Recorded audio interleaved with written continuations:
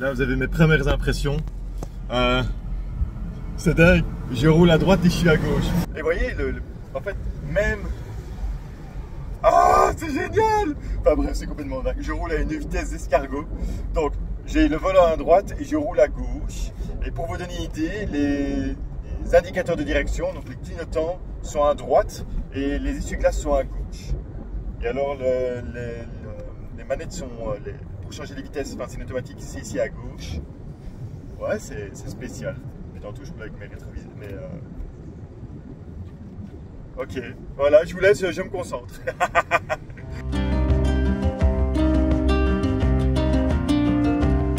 Je suis fier de moi. Premier objectif rempli, je suis arrivé au parking de l'hôtel sans encombre.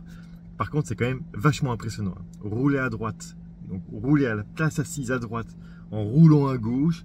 En fait, ce qui est dingue, ce qui est terrible, c'est le côté opposé. Vous voyez là à gauche, en fait, on a l'habitude de coller à gauche et donc je vais manger un poteau, c'est pas possible autrement.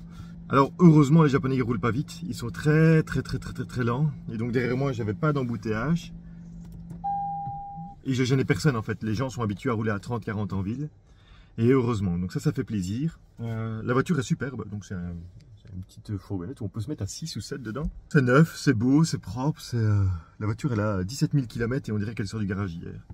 On est passé par Toyota Rent-A-Car. Donc pour l'instant, en début de journée, on est très content. Maintenant, je sais pas ce que ça va donner en fin de journée. Ça tombe, on va avoir une petite Canadair Fago. Mais là, je suis très content. On va aller rembarquer les bagages et on va faire nos petites courses et on va aller, eh bien, on va vous le dire dans quelques instants, un, deux, tiens, Virginie.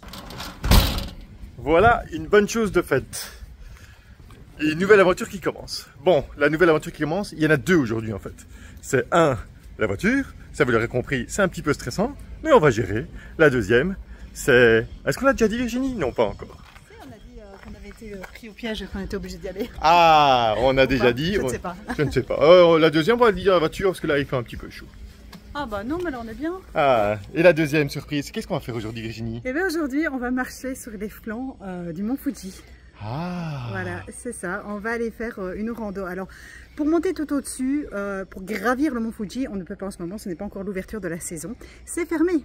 Mais on peut quand même aller sur les flancs. Et donc, c'est ce qu'on va faire. Yoko est excitée comme une puce. Elle, monter un volcan, ça y est, c'est le summum de ce qu'elle peut passer une bonne journée. Donc, elle est super contente d'y aller. Et donc, la voiture va nous servir surtout à ça. Parce qu'au fait, le prix de la voiture, la location, c'était le prix d'un aller simple avec le taxi. C'est un peu comme si on faisait le tour du Mont Blanc sans monter au Mont Blanc. Oui, voilà, c'est comme le tour du Mont Blanc, à part que c'est le mont Fuji. Ce sera quand même le deuxième volcan qu'on gravit depuis qu'on a changé de pays, parce qu'on avait déjà gravi le Vésuve. Oui. Voilà, là on a été jusque tout au-dessus voir le cratère. Le mont Fuji qui est un volcan somnole. qui est endormi. Voilà. Il somnole.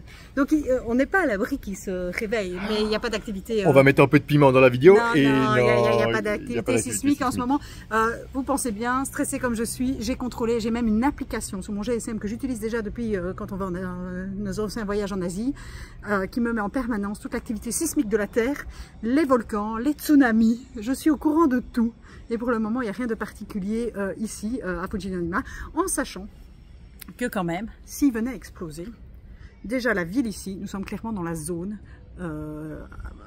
critique. Et là, on va marcher sur des endroits où ils ont quand même recensé, je crois que c'est plus de 250 cheminées encore sur le mont Fuji. Donc voilà, ça peut exploser.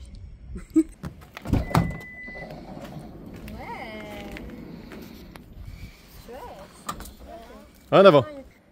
Je rentrais déjà du mauvais côté. J'allais pour rentrer là, mais non, je ne conduirai pas cette voiture.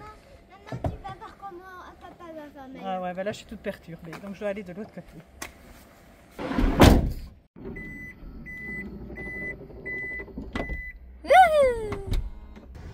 Est-ce que je peux vous demander les mesures de sécurité? Est-ce que tout le monde a sa ceinture de sécurité? Oui, papa. C'est pas une marche avant, ne te prends pas le mur devant.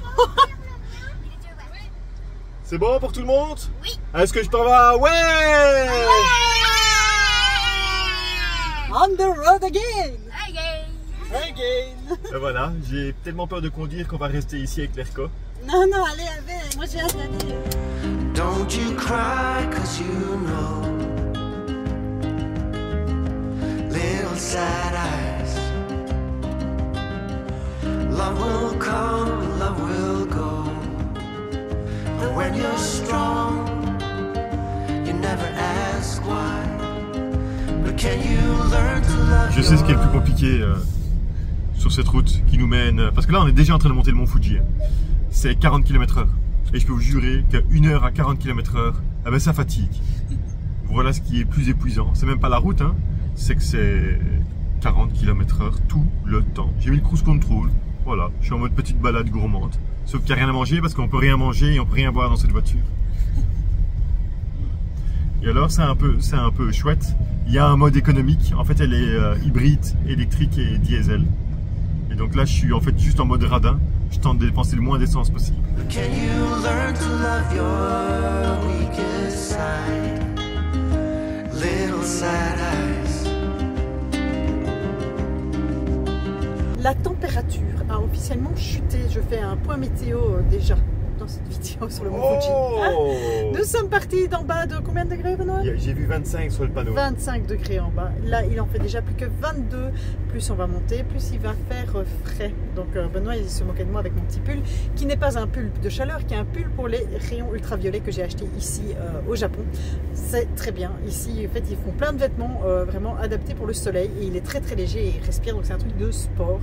Et donc voilà, j'ai pris ça pour la randonnée, mais je pense que la petite couche en plus va peut-être me faire plaisir une fois qu'on sera dans les hauteurs avec le vent et tout ça. Là, pour le moment, on monte la montagne à travers la forêt. Nous sommes à la recherche des ours noirs dans la forêt sur le mont Fuji. En effet, visiblement, les ours noirs asiatiques habitent ici. Donc après les recherches dans les Carpates en Roumanie, nous faisons la même chose sur le mont Fuji. Je pense que nous aurons autant de chance qu'en Roumanie, donc c'est-à-dire que nous n'en verrons pas. I see you carry all that pain. It's a sad life. Nous arrivons à la limite de la route, là où après il faut partir à pied. D'ici part la montée vers le sommet du mont Fuji et d'ici part aussi la randonnée sur les flancs du mont Fuji. Et le parking est blindé. Il y a du monde. On a même vu des cars, des grands cars. Et comme le sommet en ce moment est fermé, je pense que notre randonnée, on ne sera pas seul. Nous ne serons pas seuls face aux éléments de la nature. Nous serons entourés. On n'a pas l'habitude, hein, parce qu'avec Benoît, on a toujours l'air d'aller randonner là où il n'y a personne, d'aller dans les petits coins, les recoins. Ici, il n'y a pas de petits coins, recoins. Ici, tout le monde est là. Regardez toutes ces voitures, tous ces randonneurs. Alors, c'est une petite randonnée. C'est une randonnée d'1 heure. Donc il ne faut pas être extrêmement sportif pour pouvoir la faire, donc je pense que c'est pour ça qu'il y a du monde aussi, c'est qu'elle est accessible à beaucoup de personnes. Et nous sommes dans les nuages. Ah ouais, c'est beau, hein? Ouais, c'est beau, nous sommes en plein milieu des nuages. Ah, moi je suis fan du décor. Regardez, on va rentrer dans les nuages.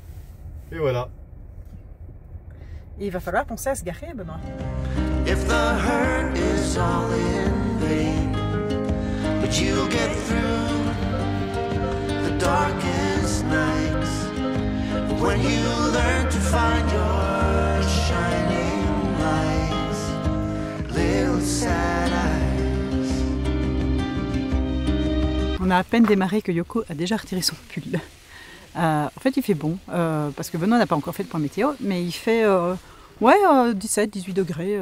Franchement, température idéale. Non, Il fait 14 degrés. 14 degrés. Ah bah franchement, pas ressenti 14. J'ai ressenti un peu plus. Non, on est bien.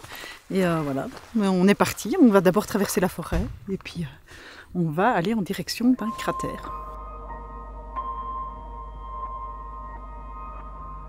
Je me suis posé la question, comment est-ce que je vais vous montrer au mieux ce petit tour du mont Fuji, cette petite balade autour du cratère. Et je pense que je vais fonctionner comme ceci. Je vais m'arrêter à un moment donné et faire un 360 autour de moi, comme ça vous voyez un peu la végétation.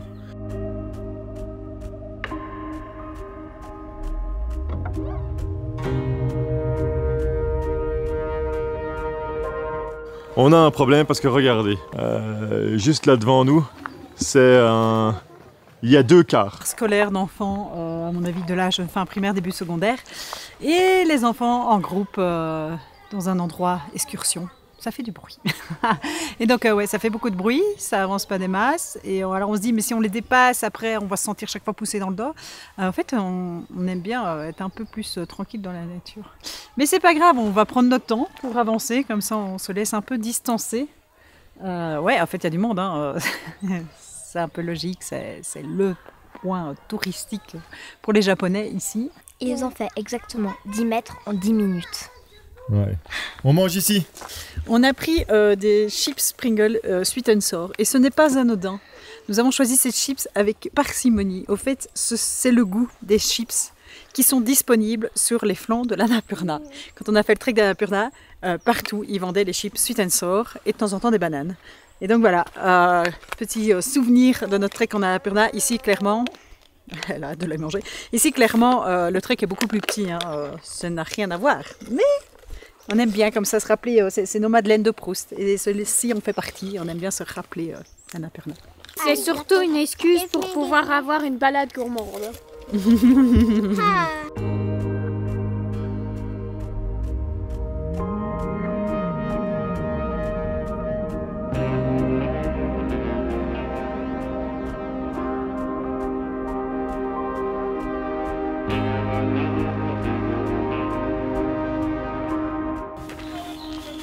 C'est magnifique. On les a dépassés. C'est super beau, super brumeux, super accessible, super bruyant. Mais je retourne la caméra parce on est typiquement ce que j'aime. Vous mettez du verre comme ceci, je retourne. Regardez-moi ça. Et donc le sol, nous sommes sur un volcan, c'est sûr.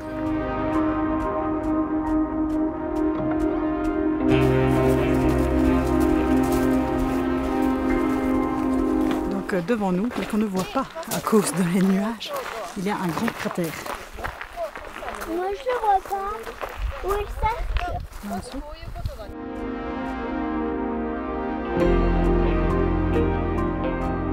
Oui, c'est ça. Ça, on voit vraiment que c'est de la lave. Et mon petit. Ça, on voit vraiment que ça a brûlé, chauffé, cuit.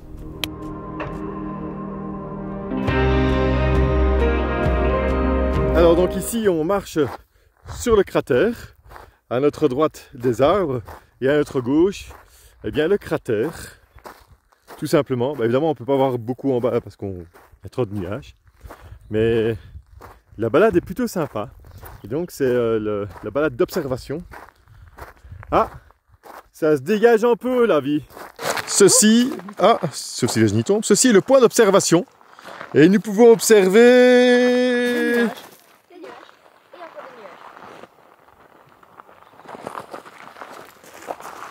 Pas déçu? Ah non, non, moi j'aime bien les nuages, je trouve ça tout aussi beau que d'avoir une vue. Et comme je n'aime pas le vide, finalement je trouve ça pas plus mal. J'ai l'impression que si je tombe dans un pays de bisounours, un petit truc moelleux, voilà, fluffy. Donc non, moi je suis très contente d'être là et je suis très contente et j'ai envie de continuer d'ailleurs la balade, j'ai envie de continuer à marcher. Parce que je suis même un peu frustrée parce que je trouve ça trop facile, trop court, trop bref.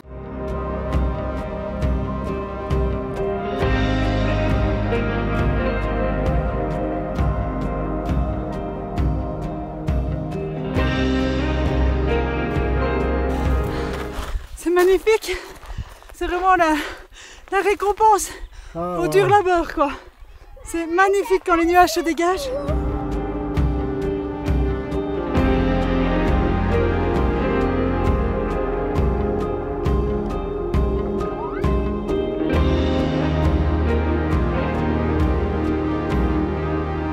Je pense que c'est fini, il n'y a plus rien. Voilà, ça a disparu, le cratère a disparu. Donc de nouveau, il y a moyen de venir à Fuji sans voir le mont Fuji, il y a moyen de venir sur le mont Fuji sans voir les cratères qui y a autour du mont Fuji. Ah, ça valait le coup, hein. Franchement. Justement, je pense que c'est le fait qu'on le voit très peu et juste entre deux nuages qui rend l'expérience extraordinaire. Voilà. Je suis très contente d'avoir fait ça avec les filles, je suis très contente qu'elles aient vu ça dans leur vie. Oui, c'est encore une autre expérience que le visu, c'est différent. Et je trouve ça, splendide, magnifique. Siou, elle joue avec les cailloux. Oui, ça c'est le problème. Cailloux, enfants, ça fait un, ça ne fait que jouer avec les cailloux. On a croisé les Japonais, ils font la même chose que nos filles, c'est-à-dire que ça s'amuse à casser les cailloux, lancer les cailloux, ramasser des cailloux. Donc là, c'est une montagne de cailloux, le mont Fuji. Je peux dire quelque chose? Attends. Il y en a une là. Il y en a une là aussi. Il y en a une là. Et il y en a encore une là. Et en fait, moi je m'amuse à faire des ricochets. Il faut les cailloux tombent dans le vide. C'est pas une bonne idée, tu vas faire un éboulement, Yoko. C'est quoi l'éboulement? Un glissement de terrain. Non, non, mais les filles, je suis sérieuse, hein, c'est pas des bonnes idées. C'est hein, pas une bonne idée, ça, c'est pas une bonne idée, il faut pas faire ça. Je voudrais juste attirer l'attention. Aïe, je me suis mis le doigt dans l'œil. Que j'ai droit à une petite douche. Et pourquoi, Virginie, est-ce qu'on a droit à une douche? Attends, j'inverse le truc 2 secondes. C'est l'occasion de montrer aux enfants que... On savait déjà. Ben oui, je le savais déjà, les grands, bien sûr. Que les nuages, c'est de la vapeur d'eau. Et nous sommes en plein dans le nuage. Et la vapeur d'eau qui vient sur mes cheveux, qui visiblement sont un peu plus froids à cause du vent, se resolidifie. Ça, c'est pas le bon terme. Ça redevient de l'eau, se reliquéfie. Mais quand c'est du gaz qui devient liquide, est-ce qu'on parle de... On parle de quoi? De quoi? Polification. Comment? De polification. Non, c'est pas ça. Comment on parle? Le gaz qui devient liquide, les filles, les grandes. Et là. Donc, le solide qui devient liquide, c'est liquéfaction. Ça doit être ça. Et de gaz à liquide. Liquidification. Ah non, mais là, les filles, c'est la honte quand même. Mais maman, toi non plus, tu le sais pas. Le cycle de l'eau, on l'apprend depuis des années, des années, des années. C'est malheureux, hein. Moi, je trouve ça malheureux parce que... Tu le sais, toi, Benoît? Ah non. Attends. Ah, ben on est bête. Mais qu'est-ce qu'on est bête? C'est la condensation. Ah! C'est la condensation, mais bien sûr. Donc voilà, l'eau se condense. C'est comme la vapeur d'eau qui va contre les carreaux et qui se condense, qui redevient liquide. Voilà, nous sommes exactement comme le couvercle d'une casserole. Ah, il y a un cheveu blanc là. Oh, c'est vrai? Non.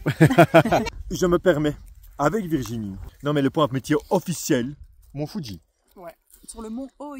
Oi, qui avec le mont Fuji, il est derrière nous. Nous avons un 14 degrés. C'est pas de la pluie, c'est de la condensation. Voilà. Je me permets. Un nuage. Un nuage. Intermittent, parce que de temps en temps, il fait beau. De temps en temps, on arrive à voir le cratère. Voilà. C'est que de temps en temps. Un peu frisquet, si on ne bouge pas. Mais sinon, comme on a dû bien monter, on a eu un peu chaud. Donc ça fait du bien. Donc ça fait du bien. Je trouve que c'est le point météo le plus chouette que j'ai fait depuis le début. Juste une petite remise en contexte. Nous sommes ici sur un volcan stratosphérique de type explosif. C'est-à-dire que c'est un volcan qui est à la croisée des plaques tectoniques. Et si il venait à exploser, ce serait des nuages de nuées ardentes, ce serait des blocs de roches qui partiraient. Donc voilà, c'est un volcan explosif. Donc il faut quand même qu'on se rende compte. Parce que là, on est en mode balade, rando, petit arbre. En dessous de nous, dans le cœur de la Terre, il y a des mètres cubes et des mètres cubes de magma prêts à un jour exploser. Et donc, ouais, en fait, parfois on ne se rend pas compte, mais si on s'arrête une minute et qu'on réfléchit à ça, on se dit waouh, au fait, nous l'homme, on n'est rien hein, sur la Terre. On est tout petit, on est minuscule. Et voilà, et là, il y a une vie bouillonnante en dessous de nous et on ne se rend pas du tout compte. Je vous avoue que je suis très contente qu'en ce moment, il n'y ait pas de tremblement de terre au Japon.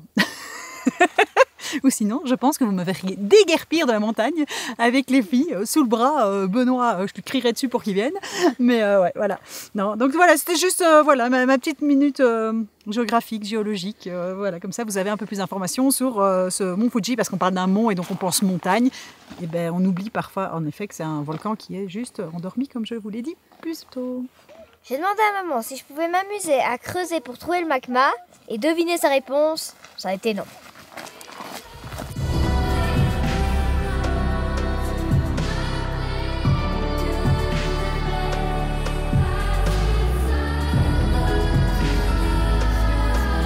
La chaîne de la Grèce où elle a perdu le médaillon.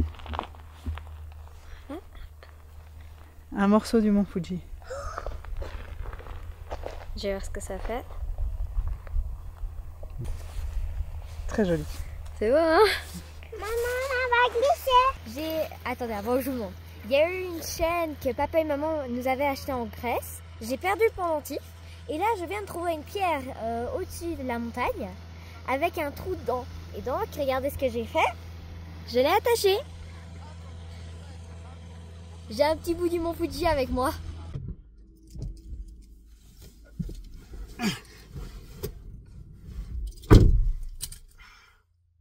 Hein? Bah, il n'y a pas de volant. Bon. Il est là, le volant. Trêve de plaisanterie. Nous avons passé un super moment. On n'aura pas pu voir le mont Fuji du mont Fuji. C'est ce qu'on pourra retenir de cette promenade, de cette balade, de ce trek, de cette rando, de ce pèlerinage. Les filles sont là en bas en train d'aller aux toilettes et elles sont en train de claquer leurs chaussures aussi pour ne pas abîmer la voiture de location. Voilà. Et maintenant, nous allons retourner tout doucement vers le bas, vers notre nouvel hôtel où je vais pouvoir déposer tout le monde avec la voiture. Et ça va être chouette. Et puis, j'irai à la gare de la ville d'à côté, déposer la voiture de location et je rentrerai en bus ou en train. Je ne sais pas comment est-ce que je vais rentrer. Mais bon. Mais par contre... Ah ouais, ça fait du bien, on dit. Un peu de calme dans la voiture. Si vous n'avez plus d'enfants à la maison, je vous invite à rentrer dans votre voiture et juste de vous dire le silence. Parce que quand vous avez 4 enfants, que ce soit en marchant, que ce soit dans la voiture, que ce soit à l'hôtel, ça n'arrête pas de chaffier. Ça n'arrête pas un seul instant. Là, ils sont fatigués, donc c'est bien. Bon, je vais changer de place. Je vais aller à côté et je vais rejoindre les autres.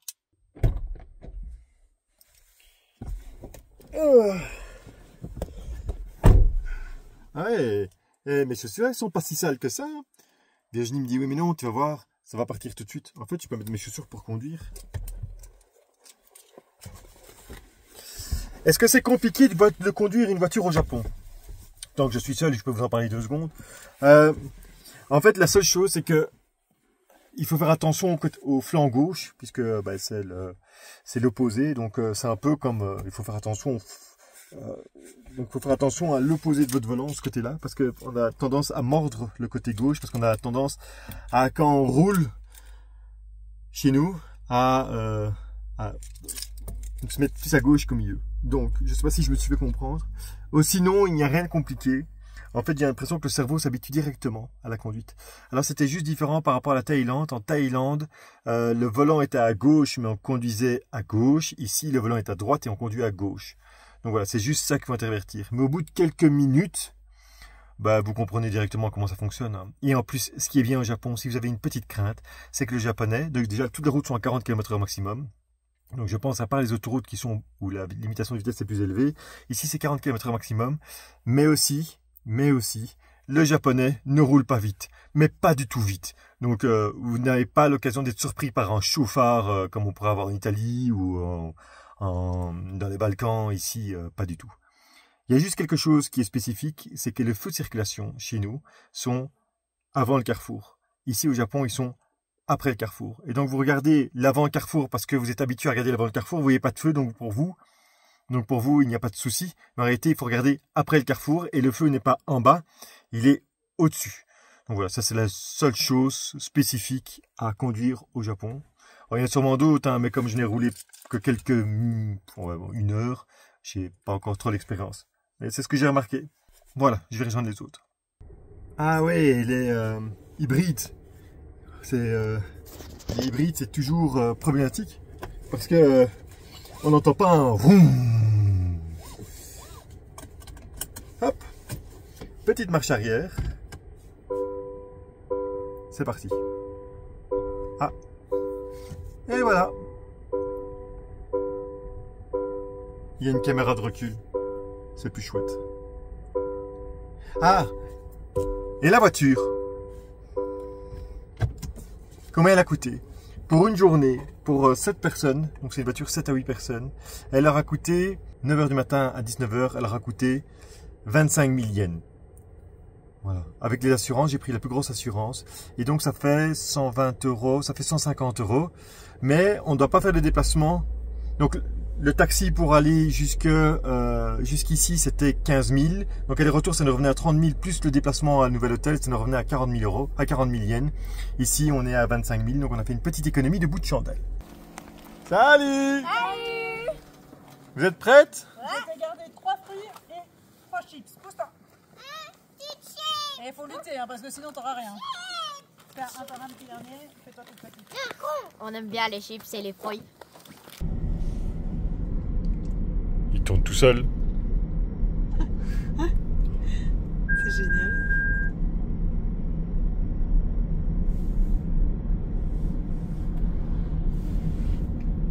attention. Ah, c'est génial. En fait, dès que tu sors de la bande, Il te prévient.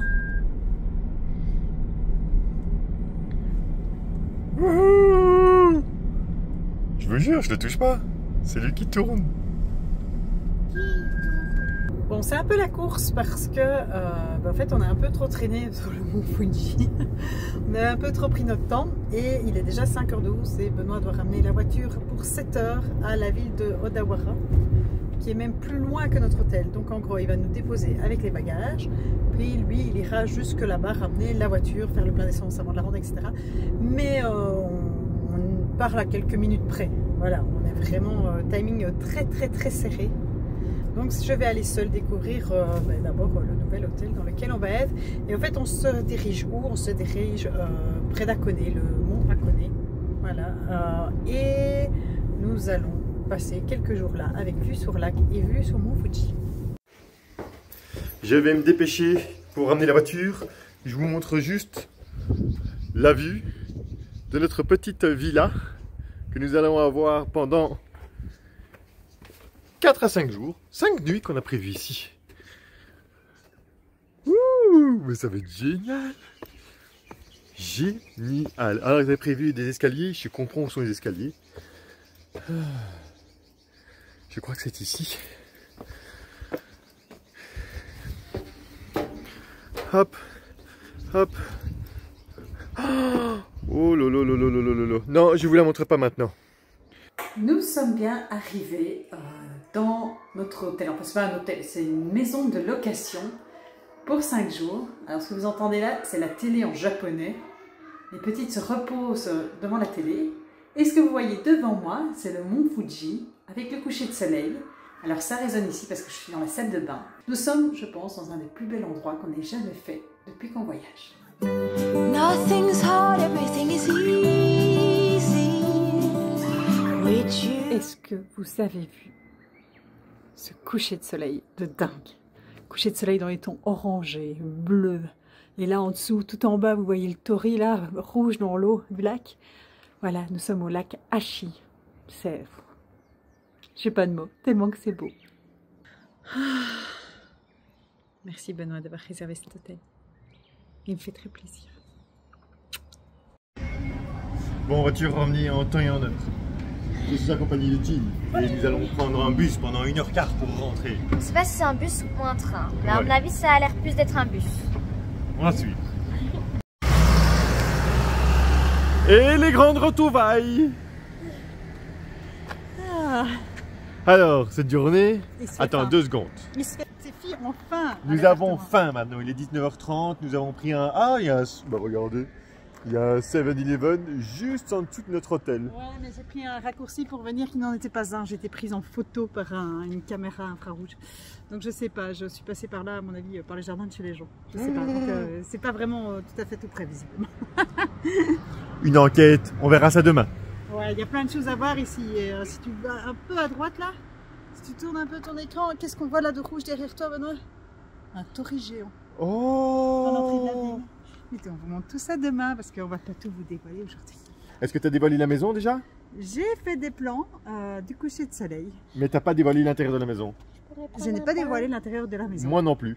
Alors on vous souhaite une bonne fin de journée et on vous dit À demain. à demain. demain. Prenez soin Bye de bye.